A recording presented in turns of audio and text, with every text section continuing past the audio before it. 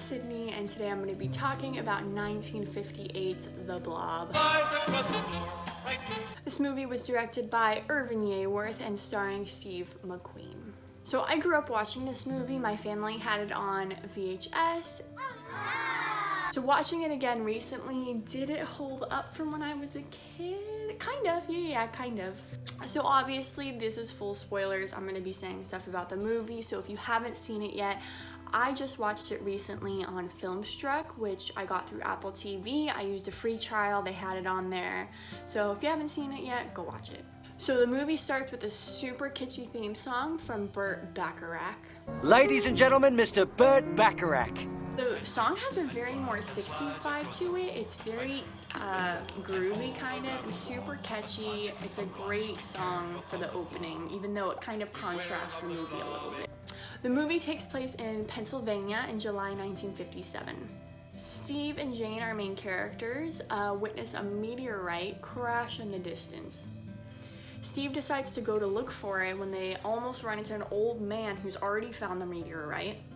He has this goo on his hand and he's in excruciating pain, and no matter what he does, he can't get the goo off, he can't get it off. From here on out, chaos ensues as the blob goes around town consuming people, and Steve and Jane are on a mission to find it and figure out how to destroy it. Let's break some stuff down. So we have Jane Martin, who's played by Annetta Corsott.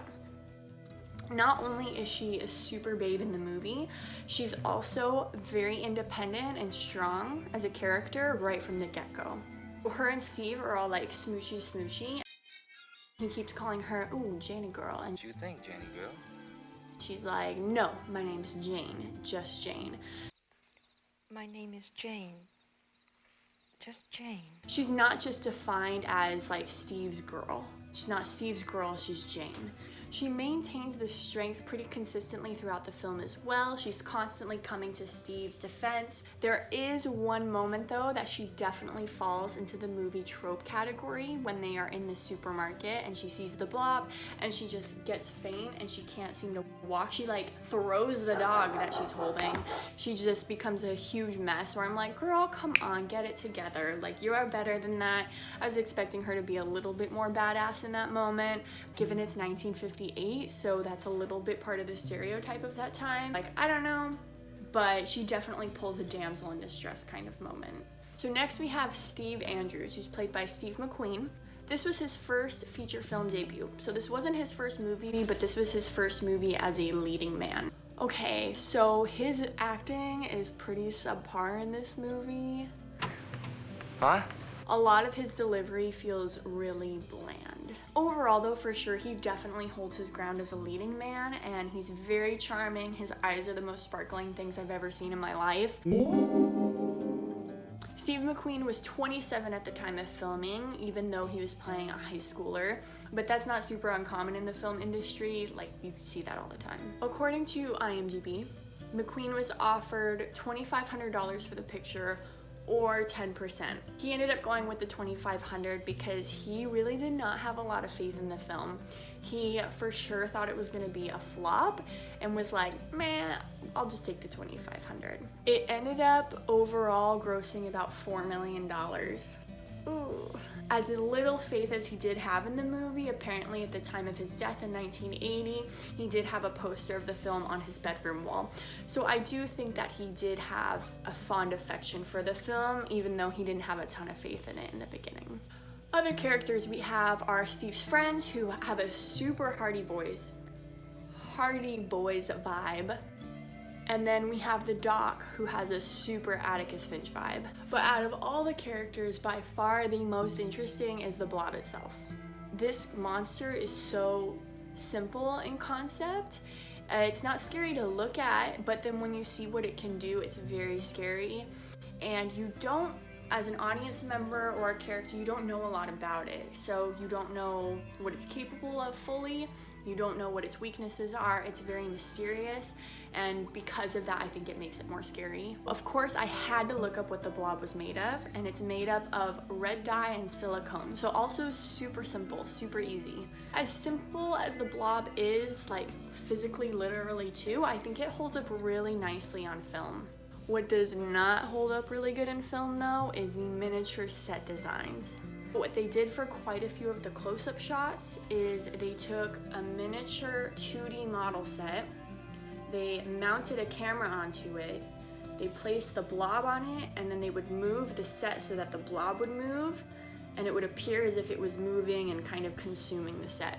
Like in the diner, the chair looks so flat, it looks so 2D, it just does not hold up well in film. It was definitely a moment that reminded me I was watching a B horror film, because leading up to that, I really was invested in the plot and the characters and the monster, and it was believable, other than Steve's kind of bad acting.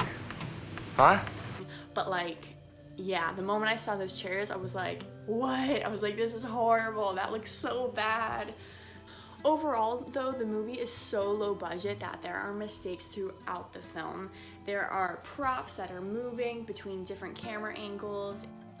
In the super iconic scene where everyone's running out of the movie theater, there's a man in a checkered shirt and sunglasses that he's seen running 3 times out of the theater in the different shots.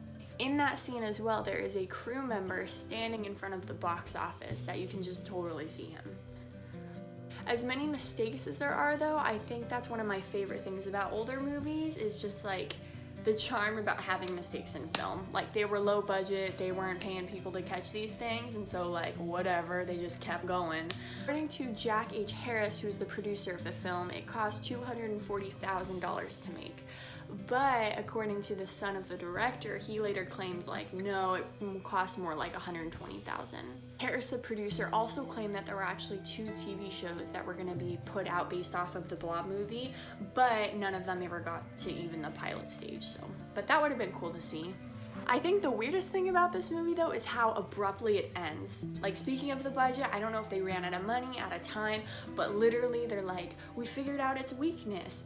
We can freeze it. We can feel it freeze in the hands. They figure out its weakness, and then they're like, we're gonna send it to the Arctic. The end. Like, it just happens so quick. At least we've got it stopped. Yeah, as long as the Arctic stays cold. I've seen other movies during that time era where the same thing kind of happened. So again, I don't know if it was just like a time era thing where they really like to wrap up their stories, or if it was more of like a budget thing and they were like, we have to end this movie now. The legacy of this movie definitely lives on though. The Colonial Theater, where they filmed all the actual theater scenes of the movie, still exists. You can go visit it, but they also hold an annual Blob Fest where they recreate the running out of the theater scene with the people at the festival. They do screenings of the Blob. Most of the sites from the film are still there. I think the doc's office, the diner, you can still go and just visit them. Well, I'd rate this movie probably a 6. It does hold up nicely, but there are still quite a few flaws in it. I mean, I went over some of the flaws in the movie regarding errors and just how the sets hold up, but really there are a ton more that I did not talk about that are really interesting. If you'd like to look up more, you can go online and search it. There's a lot of different websites talking about it. Yeah, I definitely recommend, if you have not seen the film, go watch it. It is an eternal classic. But yeah, I think that's all I really have to say about it. Or is it?